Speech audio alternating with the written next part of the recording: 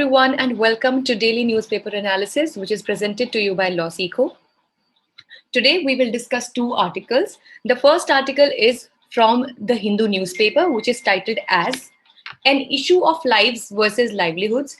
Basically, this article talks about the plight of the migrant workers and the problems that they have to face even during the second wave of COVID-19. And secondly, we have this article from the Indian Express, which is titled as Election Commission Diminished. This talks about the role which Election Commission could not fulfill, which it ought to, specifically in the elections that took place recently in West Bengal, Assam, etc. And finally, we have the News in Flash column. So this analysis has been presented by me. My name is Sheva Khan, and I had completed BA LLB Law degree from Law College Dehradun in the year 2019 with a gold medal. I have been a national debater and a public speaker, and here at LawSeco, I work as the current affairs expert and manager for free content and outreach. If you wish to connect with me, you can always be there with me on my Twitter as well as LinkedIn handles. Both links are shared in the description box. This is the multiple choice question from yesterday's discussion. The One Health plan includes, your options are humans, animals, environment, or all of the above. If you know the answer, you can write it down in the comment section below. Also, if you like this initiative, if you like this analysis, please give it a thumbs up and also leave behind a good comment so that we are motivated as creators. This is the descriptive question for the day. The Election Commission has not been able to fulfill its constitutional duties in the real spirit. Critically analyze. Please keep in mind that whenever the term critically is mentioned in the question, be it critically analyze, discuss, or think, it means that you have to understand the pros as well as cons, as in both the sides of the argument, favoring the particular given statement as well as denying the particular statement. With this, let's get started with the first article of the day, which talks about the second wave and another migrant crisis.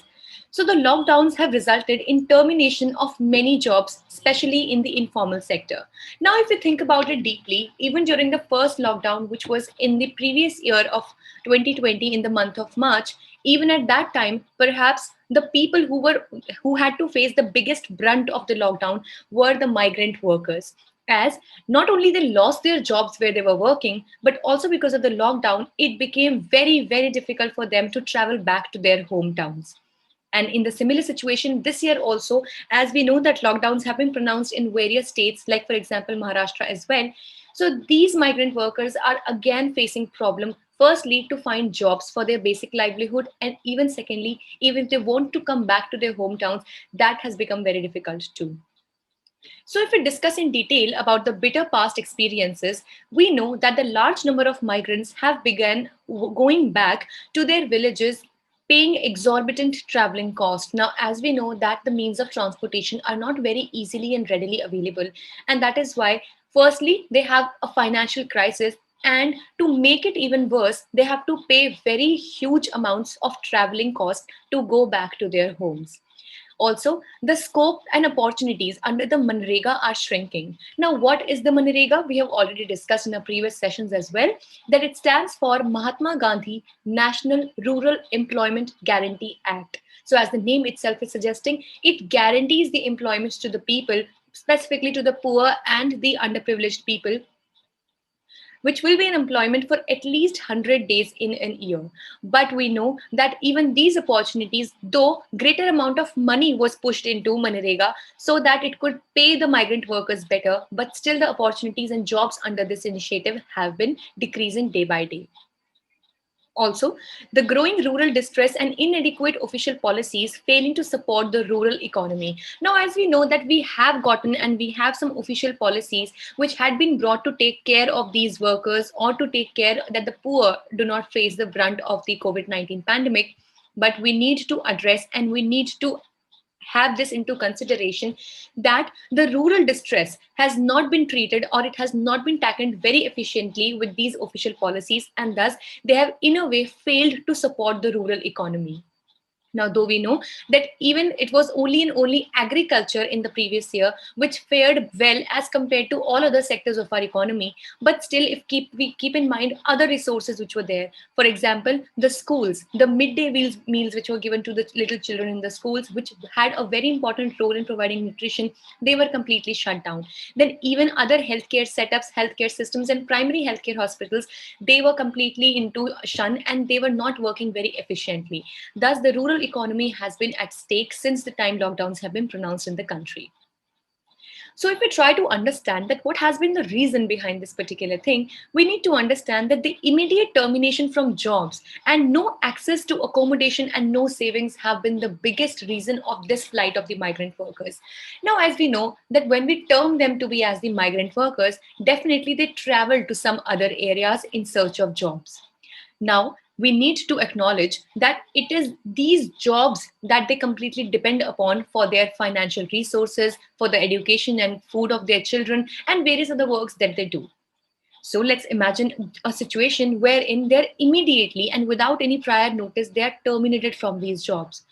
So do we think that they would have any money in their hands to even take care of the basic amenities that they have? Obviously not. And in such a situation, they lose onto their accommodation and as well as their savings as well. And they do not have any significant accommodation, a place to live, and even no savings in hand, which actually has made the situation even worsen. Also, no attempt by the policymakers were made to address their issues, and thus no official data about the migrant inflows and outflows is available. Though, yes, of course, there were a few portals, the government websites, which were working in this direction, but even till date, there has been no proper targeted policy that would work and take care of this issue with the migrant workers. And the recent official announcement of free ration of 5 kg cereals to 80 crore families is not enough. Now, as we know that even the Delhi government has pronounced that it would be giving free rations to the card holders, but we need to acknowledge that just the ration, is it the only and only necessity of the people? We know definitely food is important, but it is the only thing that we need for survival. Obviously not. And just imagine that 5 kg cereals is still a very small amount, and that is why it is really not feasible to really take care of such huge problem that we are facing with the migrant workers and the migrant crisis. So if we talk about that, if or not any labor safeguards, now as we know that we have the labor laws running in the country, so whether or not any labor safeguards or such laws are there to take care of this problem of the migrant workers or not. So the migrants provide a flow of cheap labor to the urban centers. Now definitely we know that it is basically a two-way process wherein these workers move from their villages towards the town and other urban areas in search of job, and they also serve a very good purpose for the employers at the same time, wherein they're able to get a very cheap labor as compared to the other laborers which would be directly available in the city itself. And that is why we can acknowledge that the wages are low than the statutory limits as well. Now, as we know that these people, these workers are in dire need of work. So they many a times choose to work at very low wages as well. And it has been seen also in various cases that the wages which were paid to these workers were even below the given statutory levels, which is very much inhuman in nature. However, these jobs do not provide for any obligations on the employers. And what happens is that using the loopholes of the law and the legal language, these employers many a times help themselves save from any kind of basically responsibility towards these employers, towards these employees or towards these migrant workers. And that is why they can move out with a clean chit, which definitely is not a good thing to know. The migrants never had any legal status as a working population. Now, as we know that when we talk about the periodic labor force survey and various other working populations which are calculated from time to time, the migrant workers are something that have not been given very due acknowledgement in these lists, and that is why they are not able to avail even the basic workers' rights which are given to other workers in the country. But still, some legal efforts have been taken up, like Contract Labor Regulation and Abolition Act of 1970 conferred on casual labor a legal status which provided for the registration of the contractors engaging in 20 plus workers, which means that if at all there is a person, there is a contractor who has 20 or more workers working under him or working for him, so he would definitely have to comply with the guidelines given in the Contract Labor Regulation and Abolition Act of 1970. And also, we have the Occupational Safety, Health and Working Conditions Code of 2020, which replaced all the acts and regulations established with 10 plus workers. So, if at all there is any workplace that has 10 or more workers, then it would also come under the ambit of this particular code. But how much is it implemented in the real sense is the question of the hour. On this note, let's start a discussion for the second article of the day, which talks about restoring the Election Commission's credibility. So, the Election Commission of India has filed a special leave petition in the Supreme Court against the critical observations by the Madras High Court. So, why at all they have signed a special leave petition, and what basically is the special leave petition, we will learn in this article. So the provision of filing a special leave petition is available under Article 136 of the Indian Constitution. And basically here in this case also, the Election Commission has basically filed a special leave petition to bring the notice of the Supreme Court. Now, against what does the Madras High Court wants to bring the notice of the Supreme Court?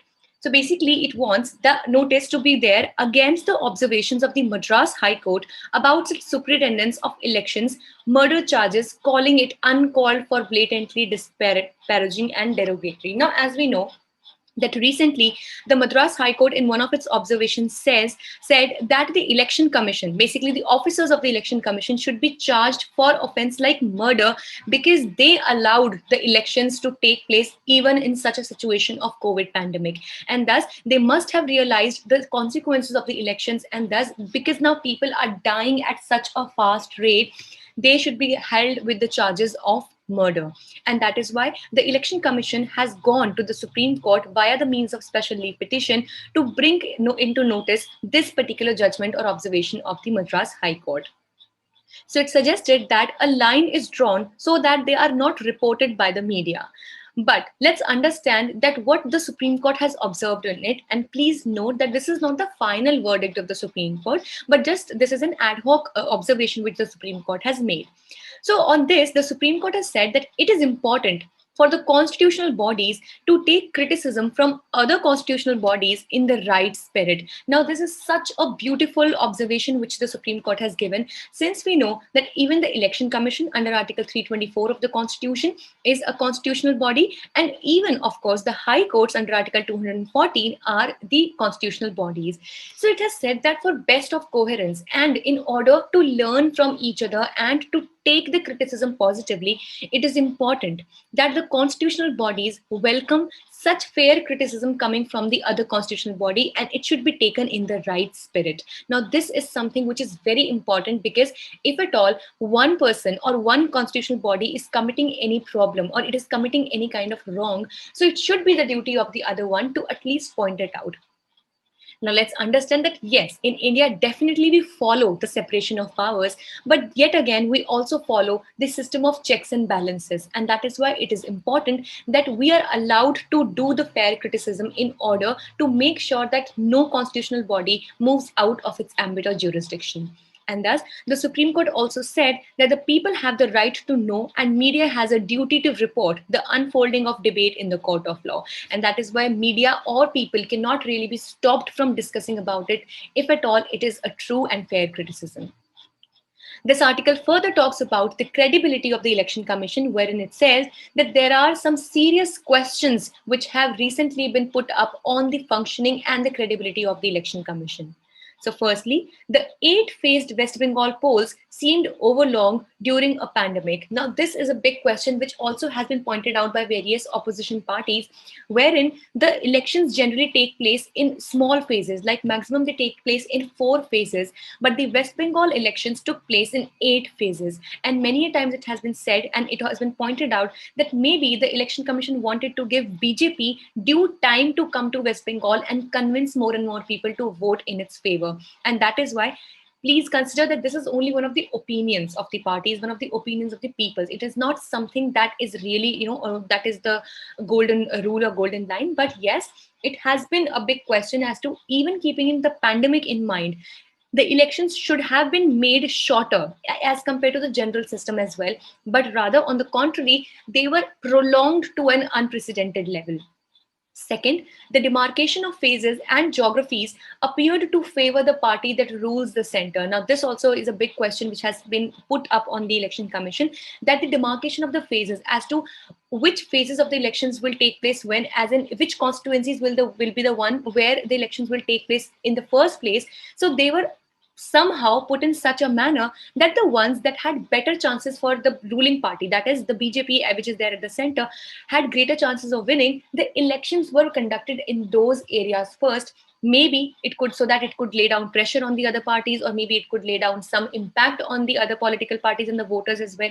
So that also is a big question to be seen here. Thirdly, during the elections, it made poor attempts to ensure that the COVID protocols were followed by the parties. Now, as we know that every one of us now knows that, even specifically if we talk about the Bharatiya Janata Party, so over there, the leaders, specifically Amit Shah, who is the Home Minister as well, so when they were getting into the propagation of their parties, their party agenda, propaganda, as well as when they were doing rallies for their parties, the basic rules also, which were to just wear a mask, even they were not taken care of by these political parties. And even other parties had, when they called for their rallies, so thousands and thousands of people gathered, which definitely was a violation of the norms and guidelines of the COVID-19. And that is why Election Commission seemed to have completely ignored this particular violation. Fourthly, it ignored pleas by the non-BJP parties to club together last few phases, and it did not really look into this plea as well. And it restricted shows and meetings soon after the PM cancelled his meetings. So that is why these things definitely put a question upon the credibility and unbiased functioning of the Election Commission, and where it was considered that Election Commission has to be totally unbiased and impartial towards any particular political party. But in these elections, there definitely seems to have been a problem in this direction. With this, let's see what do we have for news and flash today. First, World Pulmonary Hypertension Day is today. So it is celebrated on 5th of May to raise awareness about it and to make people mentally prepared to fight and be cautious of this disease. So basically, it is a rare type of blood pressure caused by genetic mutation, usage of drugs such as methamphetamines, heart problems at birth, etc. Secondly, Jagmohan Malhotra passes away. So he was born in Hafizabad in Pakistan. Hafizabad, basically, he was the former union minister, and it started off as the third personal assistant to former Punjab CM Pratap Singh Kairone. So he has held very important and key positions as well. Like, he was the Housing Commission of Delhi Development Authority. He was the head of that. And then the governor of JNK also in the year 1984. He was also a Rajya Sabha member, and he had written My Frozen Turbulence in Kashmir. So this was a book written by him. So that also needs to be kept in mind. With this, we are done for the day. We hope it was a good and informative session for you all. Thank you so much for staying tuned with Law Seeko. Please subscribe to our channels if you like this initiative.